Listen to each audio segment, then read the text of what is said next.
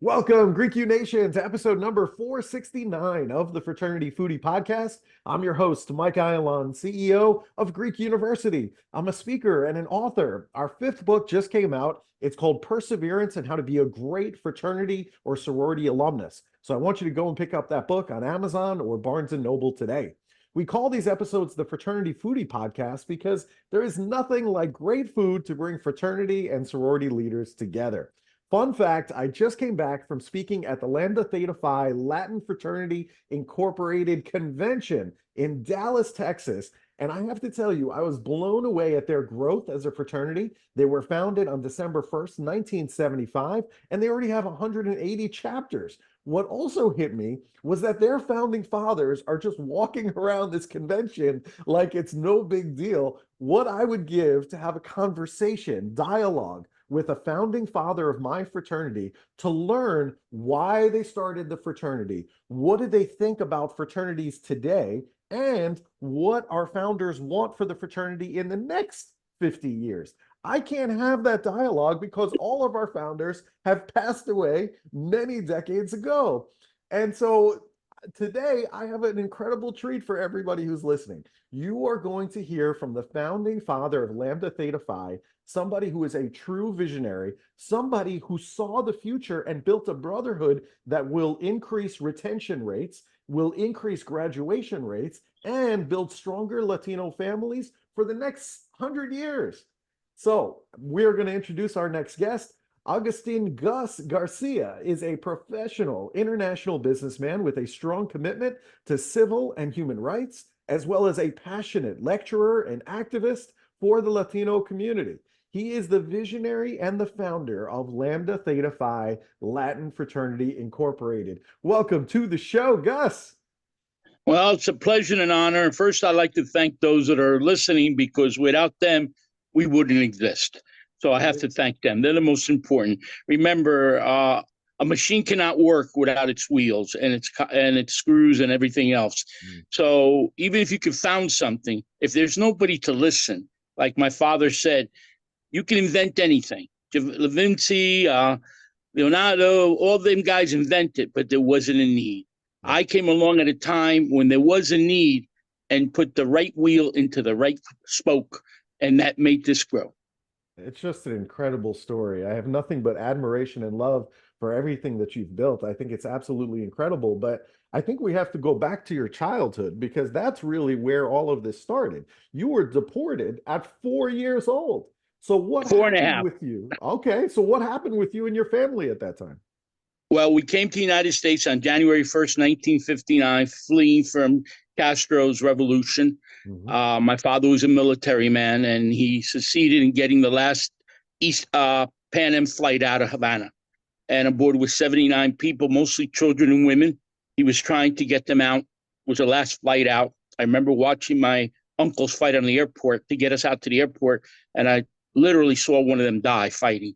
So to me, my struggle for equality, justice commenced the day I got on that plane. And when we landed 45 minutes later, we were instructed that we were not welcomed because the U.S. government had made relations with the Castro regime. At that time, the revolution. We were a people without a country. Thank God that the British government sought to intercede through its consul. And through many maneuvers on that day, the consul approached our plane and told us a plane would be coming in from Bahamas, that my father was to make sure no weapons were on their persons when they made the run to that British plane. My father picked me up with my mother, and we made a dashing run for freedom, not over a fence, but to another plane in a country of freedom. That's the odd thing. We ran for freedom in a country of freedom, and we made it to a British plane. Once we boarded, I remember saw the first gentleman I ever saw, very light blonde hair, blue eyes. Later, I found out he was Scottish. And he got up, raised his hand. He said, "Manos, manos." And we all raised our hands. And I was a little kid. I raised my hand. I believe it was so dramatic. And he said, "You're now under the protection of the Queen." And from that moment on, I felt I had freedom again. Wow. That is just an incredible story. And ended up in Jamaica, Bahamas, Jamaica, England, finally Canada. And then when John F. Kennedy came to the presidency, my father went to help the United States in the fight to Bay of Pigs against the Castro regime. And then we were enemies again with tyranny. And that's politics. Politics changes. And you know that, Michael. One day you're a hero, the next day you're a villain, or the following day you're a victim. Politics is a changing environment. But the one thing that cannot change is human rights. Yeah. See, I mean, that makes all the sense in the world. Now the rest of your life makes total sense when you understand where you came from. Now you're saying, okay, now I get it, you know? And as a college student, because a lot of our listeners are all college students, you decided to attend Kean University in Union, New Jersey, which I've been to in person. I've spoken. The students are passionate. They love deeply their fraternities and sororities. But what made you decide to go to school there in the first place? Well, my mother wanted me to go to University of Salamanca in Spain, Right. but I just did not feel that was right for me. Mm. I grew up at Thomas Jefferson High. I played football for Jefferson High. I'm an Elizabeth boy, down the road from Kean. I got accepted to Columbia University. I went there. Nobody explained to me how you pay off debts in those days, and it was me and my mother. I was the only child. So when I saw the gigantic student debt I would acquire, I didn't understand, and nobody bothered to guide me that I would be making six figures when I graduated. So I said, I can't put my mother in these debts. So I decided to go to a college that I could afford. At that time, it was a college. It wasn't even a university. Right. And worked my way through there. I got lucky. I got into a lot of bills in the beginning, but then I got elected to student government, first Hispanic, and then I became the first Latino on executive board and got a full scholarship. So I worked my way, and let's say my activism not only paid my ticket, it also made me do what my calling in life, which was to find social equality and freedom for all. Mm-hmm. You're talking about activism at Kean University, and I'm just wondering, how did you get support from the entire student body to be the first Latino elected to Kean College student government when at that time there was no such thing as Latin unity? They would say, what are you talking about, Latin unity? So, and there was all these different Latino national origins, right? So how did you get support from the student body to get elected? Well, I remember I was in a classroom, and Dr. Kelly was a political science professor, and he recalled that I had been involved in a demonstration in Elizabeth in June of that year, in which I was beating for civil rights and won a case later in court against the city of Elizabeth for violation of my civil rights, but I was beaten up by several police officers. And he came to me, and he looked at me, and I remember that Irish guy just looked at me and says, "You should be in student government." And I go, "Well, what does that take?"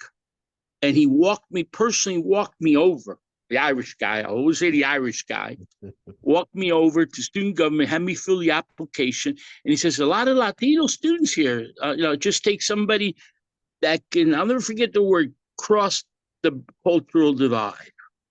And I think I was the right guy. I lived, like one Neil told me that during the convention this year, Gus, you live in two worlds, yet you're neither.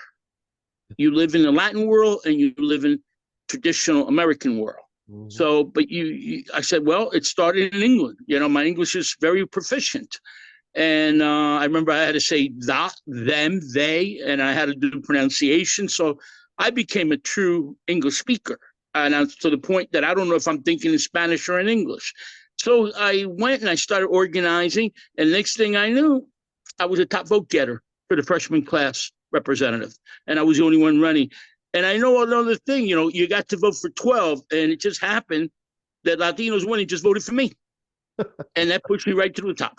And then I had the Veterans Fraternity, which backed me up too, due to similarities, which I don't want to talk about right now. It's a different world. And then I had another thing that helped me a lot, and that grew up in an Italian neighborhood in Elizabeth. So I had a lot of, I related to, quote unquote, another fraternity called Sigma Theta Chi, which is mostly Italians from Newark. And, I crossed so many divides to get to where I'm at today that I have to say I found friends everywhere and in most unusual places. Yeah. I mean, you could have joined the Italian fraternity, but I instead was you just asked to. right, and so instead you decided to start the first Latino fraternity in the United States. Forget about Kean University, the whole country. So on December 1st, 1975, you and the other 13 founding fathers started Lambda Theta Phi Latin fraternity. I've met some of the other founders. I've met the fraternal father, which is the advisor of the chapter. Everybody gives credit to you as the visionary for this organization. So what made you want to start the first ever Latin fraternity in the United States? Well, people were talking about Latin unity. There were Colombians, there were Puerto Ricans. There was, even though we speak the same language, we have differences. Mhm. Um, I remember my grandfather and others in my family were Freemasons. And there was I always wanted to admire the Freemasons, but at that time, since they were Scottish Rite, and what was recruiting in this country at that time was the English Rite, which was Protestant, who were Catholics. The Cuban Freemasons told me that I could not be incorporated under their lodge. They could only have existing Masons that remain Masons in Cuba. So the Freemasons gave me a hand and started guiding me and even attended our meetings. So if you look at our fraternity, there is so much Freemasonry in it, you're going to think you're walking into one of their lodges. And they even say it. But they guided us, gave me a lot of advice. Fraternal father Cayetano Socarras was a 33rd degree Mason. He's as unusual as me. He was president of faculty senate at Kean when he was the only Latino professor. So we were the unusual. We were the rare animals in the crop. But God has a way of blessing people to be able to cross walls, build bridges. We should be building bridges in society and not walls. Yeah. And I'm an example of that bridge. Dr. Socarras was another example of that bridge. And the fraternity became the most important factor of that bridge. Mm-hmm. It's great that the Masons were there and they were willing to help you and to help create this organization, because my fraternity also, you see a lot of similarities to the Masons. You see it in our ritual, you see it in our ceremonies. I know the same thing is true for your fraternity as well. It's just you were at the right place at the right time. The Masons saw what it is that you were trying to do. And ultimately, now we have this huge fraternity. And it wasn't until 1991 that the Lambda chapter was founded outside of the state of New Jersey, and they were at University of Connecticut. Now you have 180 chapters. So did you and the other 13 founders, did you ever expect the organization to grow as big as it has? That's what every neo asks me. You know what I say? Maybe because I'm a religious man. I said Jesus had 12 apostles. I had 13. Mhm. So God blessed with one more. So I knew that we were blessed. And if a man has no vision, and if a man only sees limitation, then a man goes nowhere. I had no limitation. Not only that, at the very moment, I also pushed and helped create the first Latin sorority, which was the LTAs, which were created Lambda Theta Alpha on the same campus. So we were pushing, because a lot of people said, no, let's have little sisters. And I said, no, I want equality for all, men and women. So I pushed to have a Latin sorority. And I had the ladies, I called them, and we started working with them also in the same room for Willis 400. Both organizations were working together. So it was just social equality, not in the word of diversity, because I keep seeing all the nice people talking. It's the only thing negotiable in politics and in sociology is actions. We delivered the actions that made us real. So when people talk about diversity and inclusion, it is not a word. It is a matter of actions that become reality. Wow. That's just absolutely incredible. Now, earlier you were talking about the fact that there really was no Latin unity in 1975. And you have this unique problem of creating Latin unity between Cubans and Puerto Ricans and all of these groups. And I know that that's one of the values of Lambda Theta Phi Latin fraternity. You talk about Latin unity, but for me, this is a very difficult concept to understand because I'm Israeli. I am Jewish. I don't care where somebody came from, where they originated from. My father's family was from Romania. My mother's family was from Poland and from Russia. I'm going to support all of them and I'm going to be unified with all of them. So why is Latin unity so complicated and so difficult to obtain? Because it has been the dream of every Freemason in Latin America, be it Simon Bolivar, Jose Marti, Benito Juarez, all were Freemasons, all worked toward Latin unity. But let me explain something to you. We achieved what cannot even be achieved in Latin America, Latin unity. We achieved what was Simon Bolivar's dream till the day he died, was uniting Latin America into the Colossus of the South.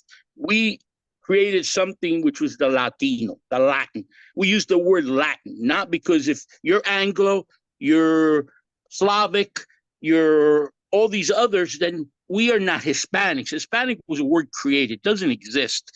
We are Latins. We are one main culture, one derivative, mixed in with a lot of different people, be they indigenous, be they Afro-Latin. We are so mixed, yet we have one thing in common.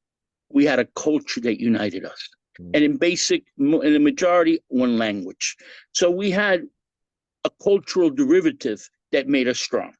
And that was what I used. I stressed, I think there's nothing stronger than culture.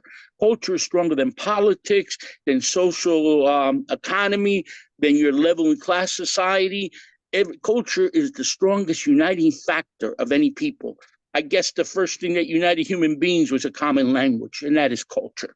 So when you look, and as a historian and a political scientist, I look at how society started when the man stepped out of the cave, and I use the same basic principles. Communications. Once we had a culture that united us, then I could work on the culture, and I worked more on the culture than anything else. So interesting.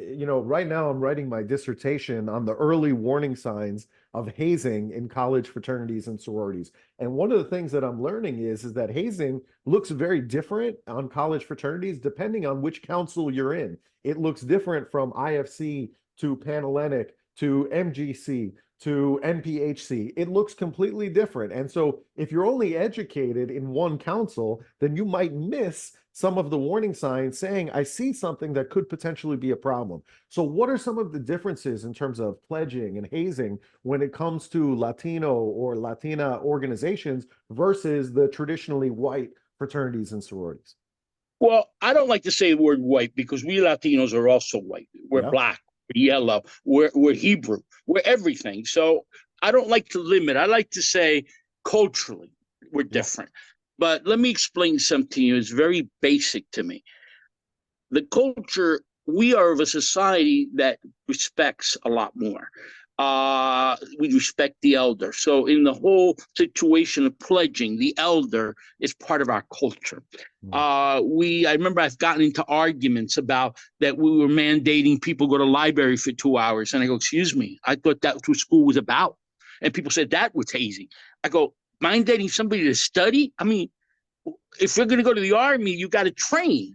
So if I don't train you and an upperclassman sits with you, and if you call that hazing, I mean, culturally, most of these young people first come from a family that's never gone to college, do not have a major economic high level. So they need that guidance. We, the fraternity, become their parents in reality because we're the ones who understand the needs of a college environment. So a lot of parents look to us. Then we develop a lot of times an atmosphere where we teach them culture, to respect their elders, to respect their families. I've had grandparents call me and say, I saw my grandson walk in today, and after you spoke to them and you guided them, they came in and sat down and played dominoes with me. They even actually had a tequila with me. I mean, they actually respect it because I always say, even in my lectures, when the young Latino walks out, I go, you don't have to thank any great man. You don't have to thank a powerful somebody or in the White House. You have to thank probably some old man who cleaned somebody's lawn, cut his grass, wiped somebody's car, a woman who probably wiped somebody's rear end because they gave up their dream so that you could have a dream. They left their families behind. They left everything they loved behind so that you, their child or their grandchild, could succeed, not in the American dream, but the Latin reality. We are a reality. We are people that strive to make our families better.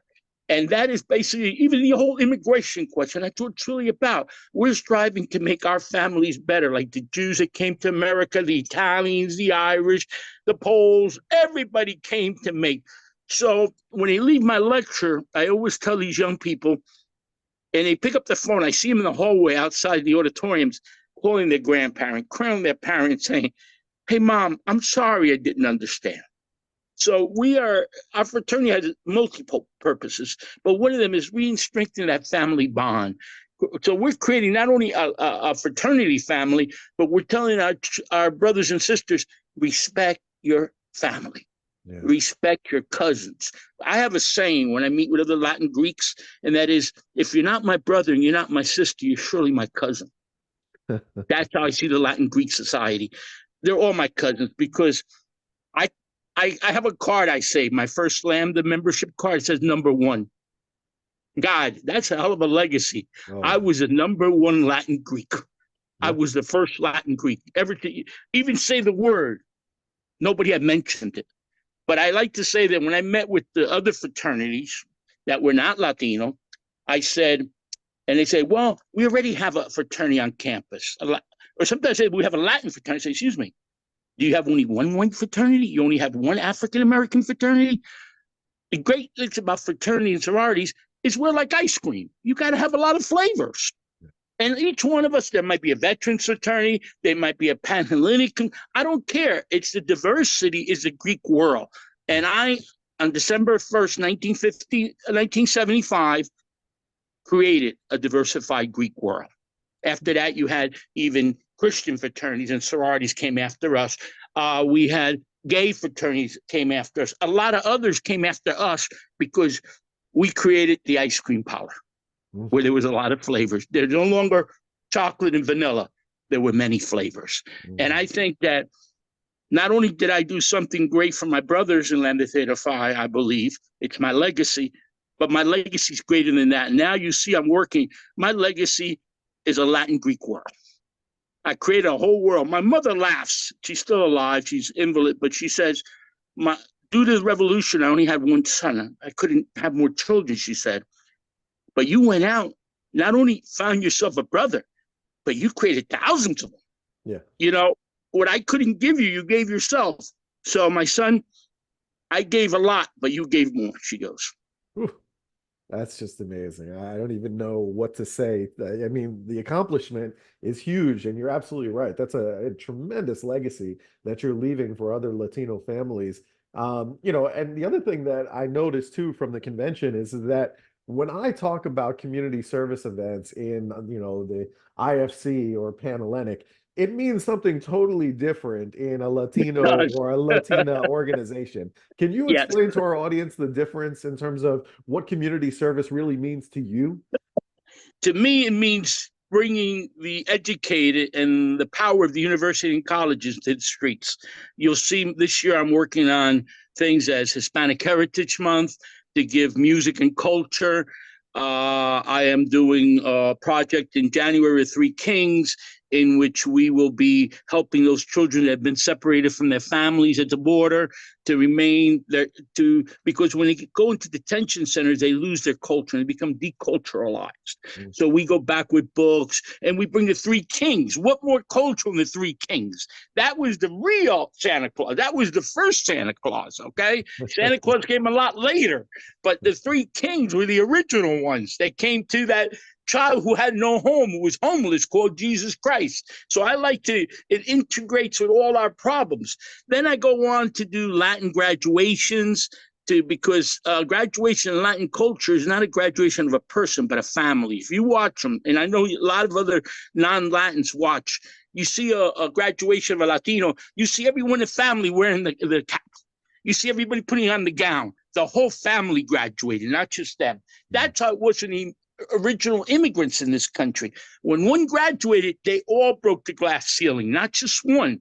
So, and then I do, you know, I'm working on so many projects. They keep sending stuff to me. We're trying to now organize with some of our brothers an immigration clinic on campuses with Zooms in which brothers that do pro bono work as lawyers and teach people what they need to get their immigration papers in order, and also want to give classes, that's working on now, to give classes on how to take your citizenship. I mean, when we take on community service, we take on about making the new Americans. Yeah. But not only the new Americans, the original Americans, because America is a Latin word. So we were here only second to the Native American. So we're working to create and reinforce the new America. Incredible. I mean, if that doesn't get you excited about fraternity and sorority life, then you don't have a pulse. I don't know what to tell you, but that's just incredible work. And you've done a ton of work in human and civil rights over your lifetime. I think about the rescue missions that you were involved with in the Florida Straits of the Haitians and the Cubans, voter fraud that's going on in Miami, and then you land over there to go and deal with that. I mean, you know, it's unbelievable. And I think about we have an election that's coming up here in the next few months. There's a lot of tension on college campuses right now. So let's assume somebody at college campus hears this interview and says, Gus, come to campus. We're having all kinds of tension around the election. You need to come and help us. What is your plan to deal with tension on a college campus? Well, when I visit a campus to do my lecture, it takes a lot more than normal. I've been to campus at South Carolina when one guy goes to me, what's this Latinization of America, Mr. Garcia? So I have to build bridges. I have to not only knock down a wall, but build a bridge, okay? The wall is easy to knock down, but what do you do after you knock it down? You got to build a bridge.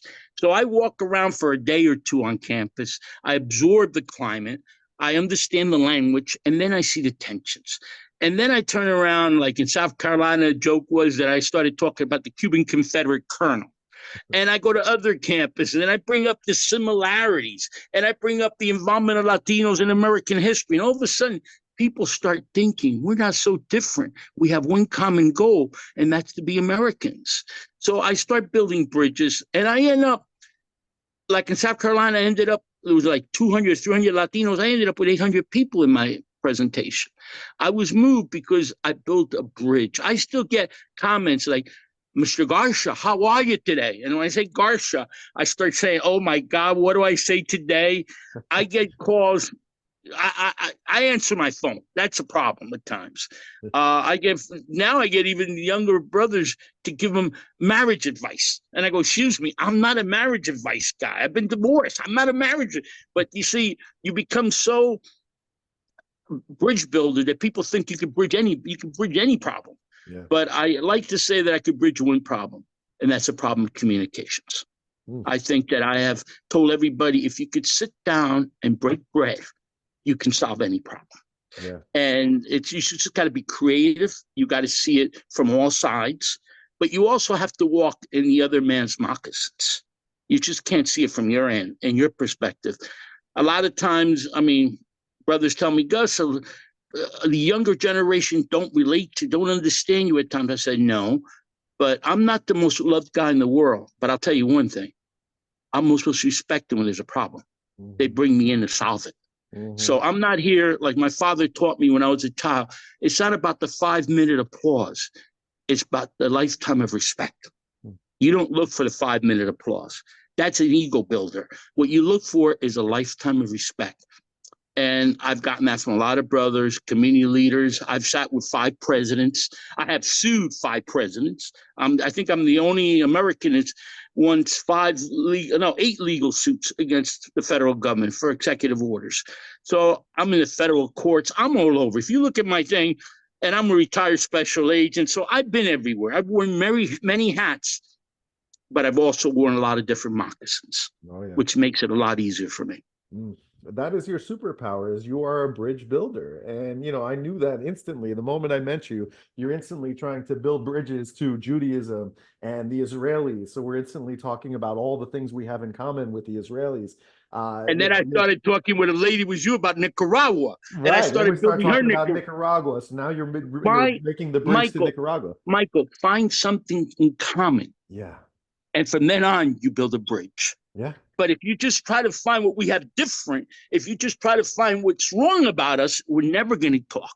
we're Right. going to become enemies. So by finding something in common, even if I say I have as little hair as you do, Yeah, I same found barber. something in common. We'll start talking about hair, Sure. okay? Yeah. But find something in common and the bridges start opening up.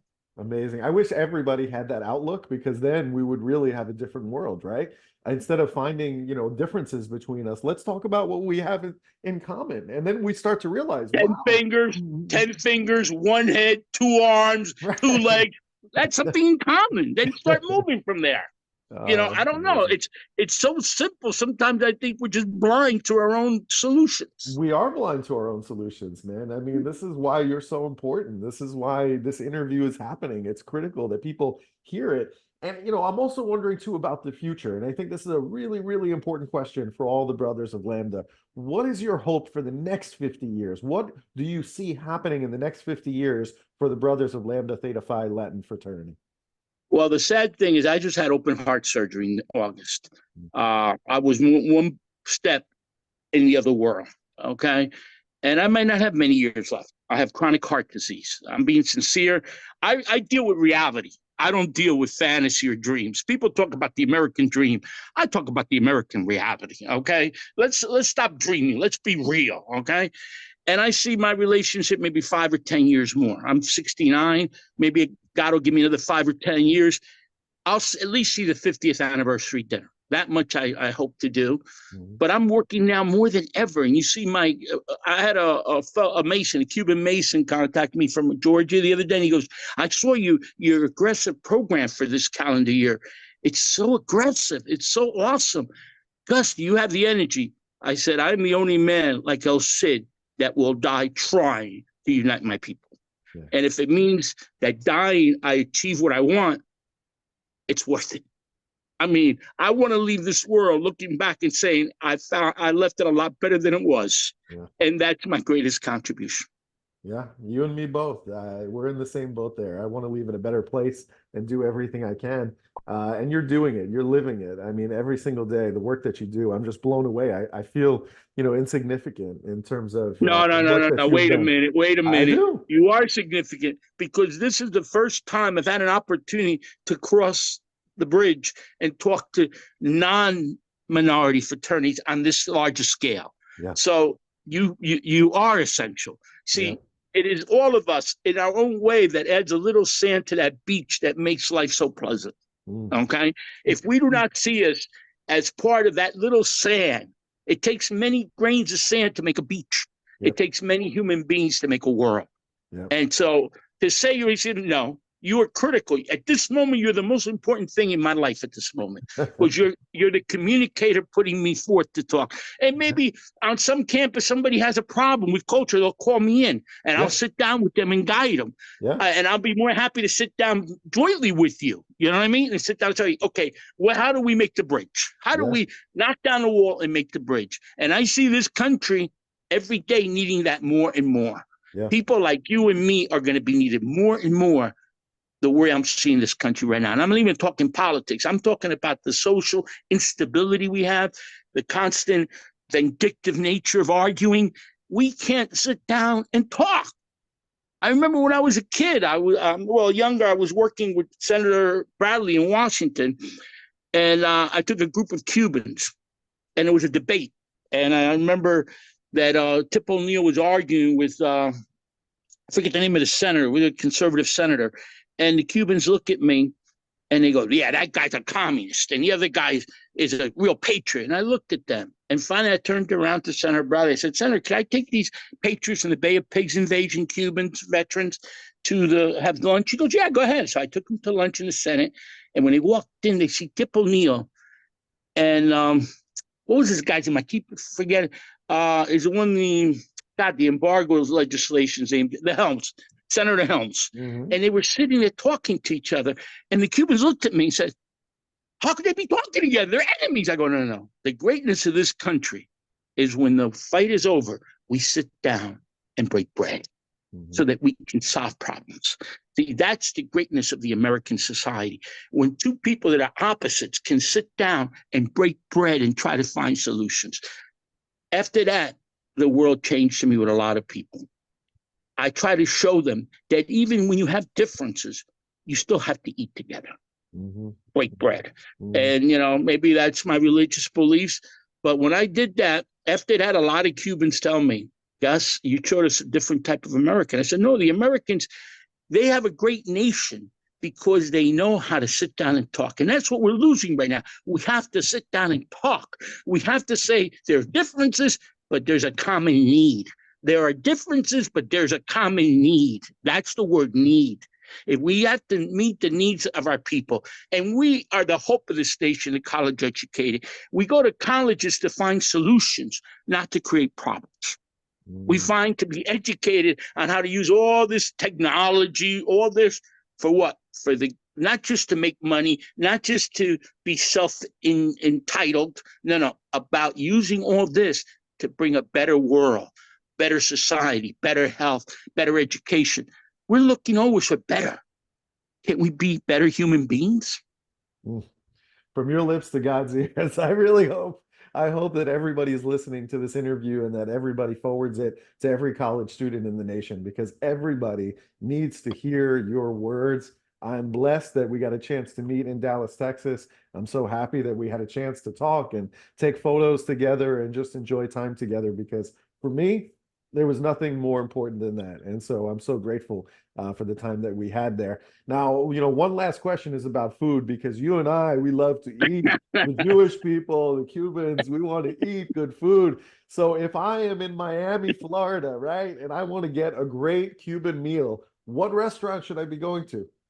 Well, then you got to tell me what type of Cuban. Do you want a Cuban sandwich? Do you want a sit-down dinner? Do you want a snack? Do you want our excellent pastry? There's so many. But I promise you one thing, you will not be sitting down to eat without me next to you to advise you. But there are many places. Little Havana is a smorgasbord of delicacies. We have the best bakeries, Versailles Bakery. We have great restaurants right on Calle Ocho. I'm what they call a financial investor, and for lack of a better word, investment banker. And I create loans for people, Latins. And, I'm going to tell you culturally, I had a partner got very upset with me because I only got $80,000 on a handshake. You don't do that. You don't do that. I go, excuse me. That man can't speak English. If I give him a piece of paper, he doesn't even know what he's signing. Secondly, that's the way it all started in humanity. When men didn't trust each other, they came out in the battlefield and they shook hands so they wouldn't go for their swords. That's where the handshake came from. So when a man shakes your hand, it's still the most important sign of anything, to shake hands. That's why it's so important to me. The guy shook my hand. I said, you see, that guy's a hillbilly. Probably couldn't read or write, but he understands a handshake. And that's a verbal agreement, let's say. Even in courts, it holds up. If there's witnesses. So culture and tradition are way older than all of us, way older than governments.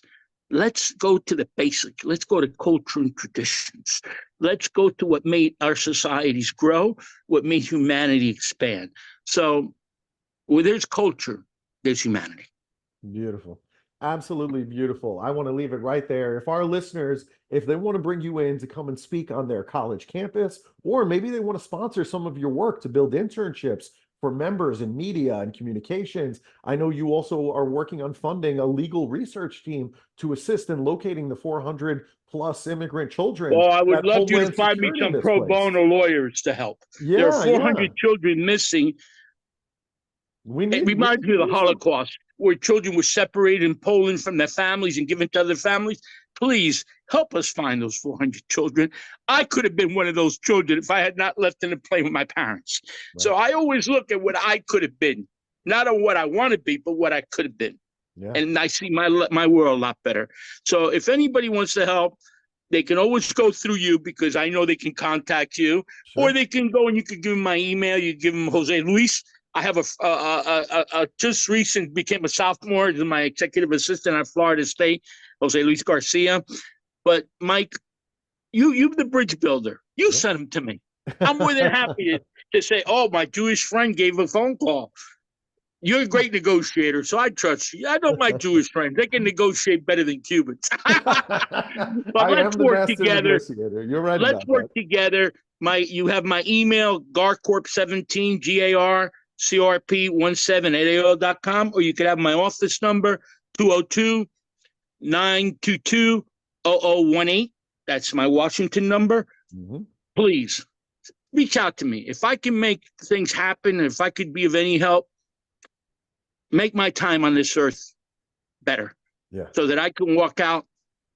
And I know probably I won't go through the front door of heaven, but I know I've helped so many people that somebody opened, like when we were kids and we didn't have money, I was an immigrant, somebody opened the side door of the theater and let me in, sneak in, and then the guy inside make believe I wasn't there, you know what I mean? So I could see a movie. So somebody up there is going to open the side door for both of us. Oh, because God will say, hey, let him in the side door because they didn't make the front door, but let him in the side door. Listen, neither one of us are perfect, but I agree. I think that over our lifetimes, we've helped so many thousands of people that somebody's going to open up that side door for us, and we'll be there together and we'll celebrate. Might be one of our enemies that says it's time to be friends. Yeah, maybe. It's certainly possible. But I just want to say I'm proud of you, and I love you, and I love the work that you're doing. And I need you to keep going another 5, 10, 15, 20 years, as long as possible. And for all the brothers out there of Lambda Theta Phi Latin Fraternity, understand what a treasure you have in Gus. Please go and see him and shake his hand, because if you don't, then later in life, 50 years from now, you're going to say, oh, I missed what a great opportunity to have a conversation. Now I'm going to end it with a great Irish phrase, because I love cultures, and that is from your lips to God's ears. Yeah.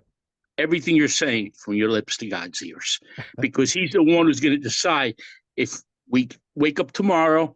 He's also going to decide whether we succeed the next day. Yeah. We are the hands of God on this earth. Who but us can do good for humanity, or bad too? Remember that. Yeah. So we are the hands of God. Let's put those hands to work. You got it. That's a deal.